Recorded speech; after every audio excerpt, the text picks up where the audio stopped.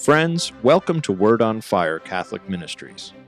Word on Fire is an apostolate dedicated to the mission of evangelization, using media both old and new to share the faith on every continent and to facilitate an encounter with Christ and His Church. The efforts of Word on Fire engage the culture and bring the transformative power of God's Word where it is most needed.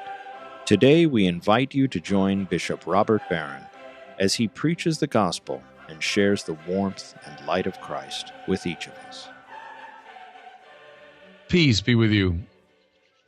Friends, our first reading for this weekend presents us with one of the most famous and commented upon texts in the entire Bible. We're on very holy ground as we approach this text. I'm talking about Exodus 3:14.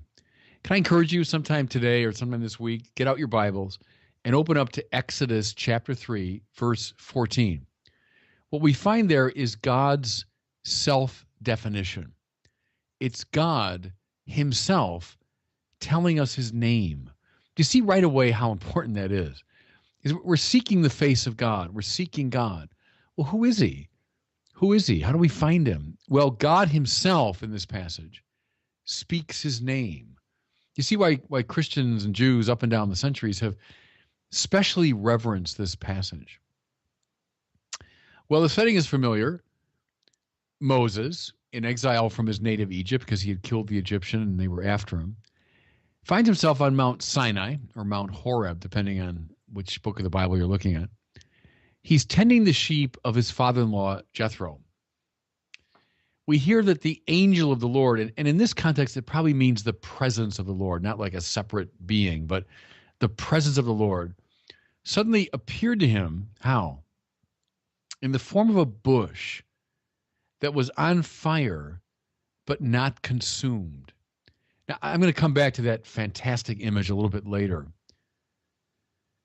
Displaying his typical confidence, keep in mind that Moses was raised in the court of the Pharaoh of Egypt. Now, we get almost no details from the Bible, so you have to look at, I suppose, Charlton Heston's The Ten Commandments for that.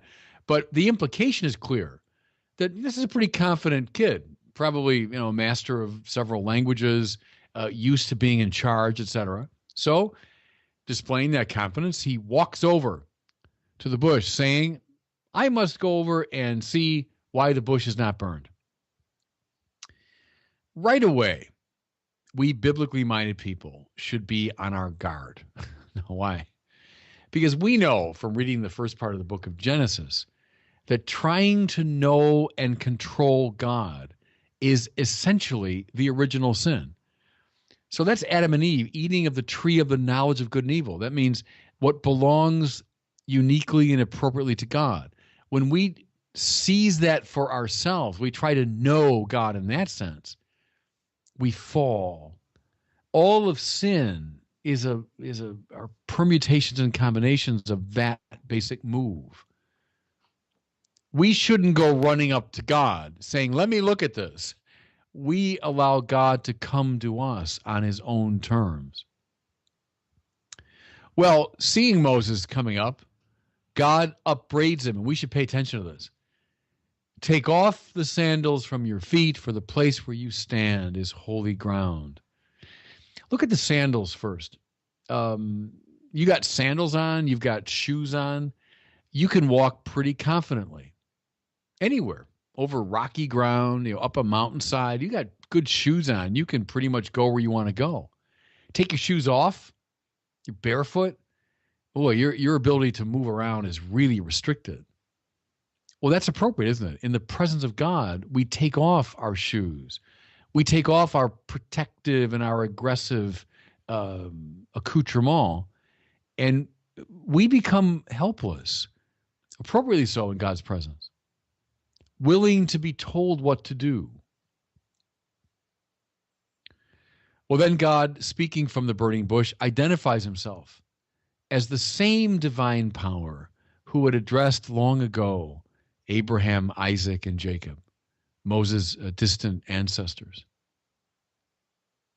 He further tells Moses that he's heard the cry of his people in Egypt and that he wants Moses to lead the liberation effort. Well, Moses balks for all kinds of reasons. Who am I? I who have a speech impediment. I who am, unqualified. He balks, and then he asks for the name of this divinity who's speaking to him. Because he says, if I go to Egypt and I say, well, this voice told me to liberate you, well, who will I say you are? And then comes Exodus 3:14. God gives the stunning reply. I am who am. Now, I want to pause right here at this very sacred moment and engage in a little philosophical theology. For this passage has indeed inspired the greatest minds of our tradition, Origen, Augustine, Anselm, Thomas Aquinas, Bonaventure, many others. The greatest thinkers in our tradition have paused right here with enormous interest. See, Moses is asking, in the context of his time, a very reasonable question. He's asking, well, which one are you? There were lots and lots of gods in the ancient world.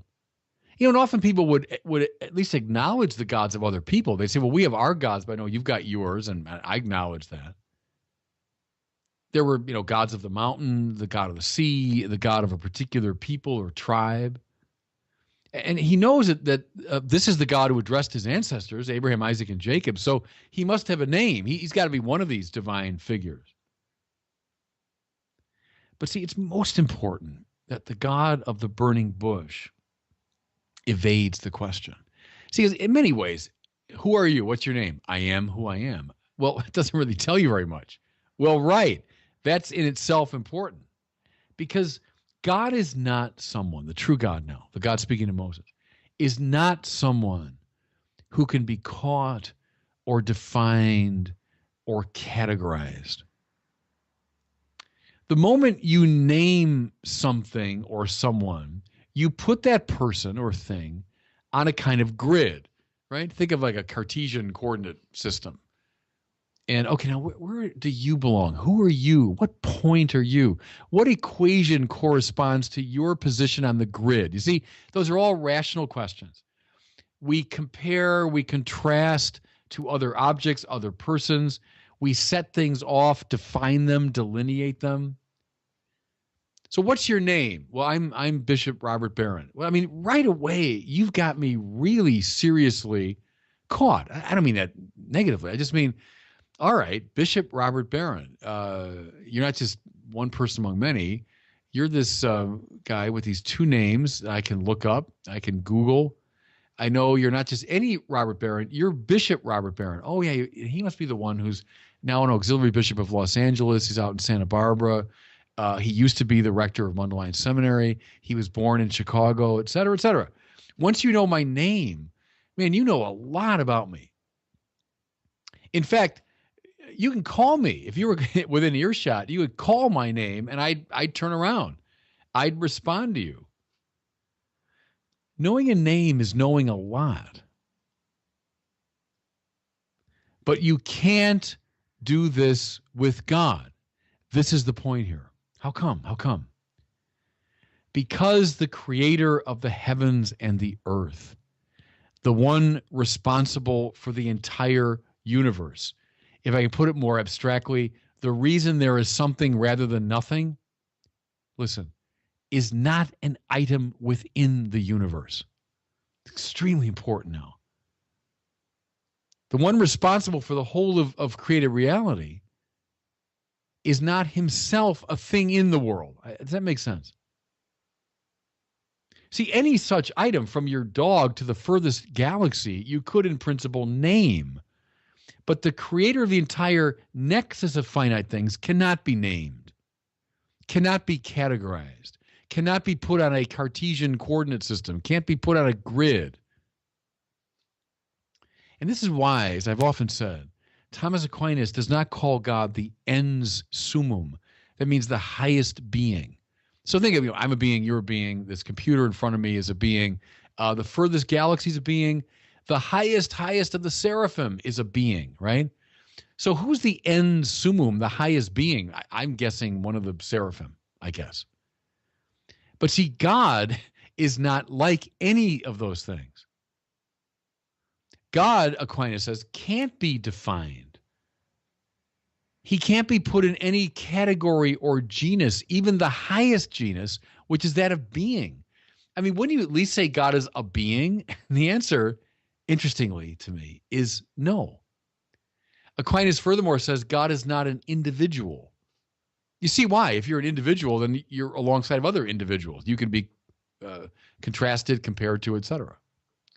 All right. You're thinking, okay, this is a lot of philosophy. How does all of it matter? We'll go back now to the burning bush. The bush is on fire, but not consumed, not destroyed. God is present to it in the most powerful way, but nothing of the bush has to give in order for God to work through it and be present to it. Compare this now to the arrival of the gods in the myths of the Greeks or Romans. In those stories, when the gods burst into human affairs, what happens? People are incinerated. People are destroyed. Because, see, something in the world has to give for this more powerful worldly being to appear. When the gods in these stories want what they want, we have to give something up. See, we have to satisfy them by sacrificing something that we have. See, and this is why those gods are nothing but powerful items within the world. But when the true God comes close, the burning bush, things are not destroyed. In fact, they become radiant and more beautiful. St. Irenaeus' line, the glory of God as a human being fully alive, comes to play here. The God who is not a being in the world, not one item among many, can work with us in such a way that we are enhanced and rendered more beautiful. Just a last thought now. Go back to Moses' cooperation with God in the liberation of Israel. Why, we might wonder, doesn't God just take care of things himself? You know, he could. Why not just show his power, obliterate Pharaoh's army, and get it over with? But the true God, who is not a competitor with human affairs, delights in drawing us into his work, that we might taste the joy of it. Does that make sense to you? I think this is the hinge of so much of the Bible. Of course God could do it on his own. Of course God could have obliterated Pharaoh's army. He just did it. No, he wants to draw us into his work. And he can do so because he's not competitive with us. So finally, consider your relationship with this God of the burning bush. Do you think of God as a competitor, as a kind of rival? The more glory he gets, the less you get? Or are you willing to become yourself a kind of burning bush in his service? And God bless you. Thank you for listening to this week's homily from Bishop Robert Barron. For more resources from Bishop Barron, please visit wordonfire.org.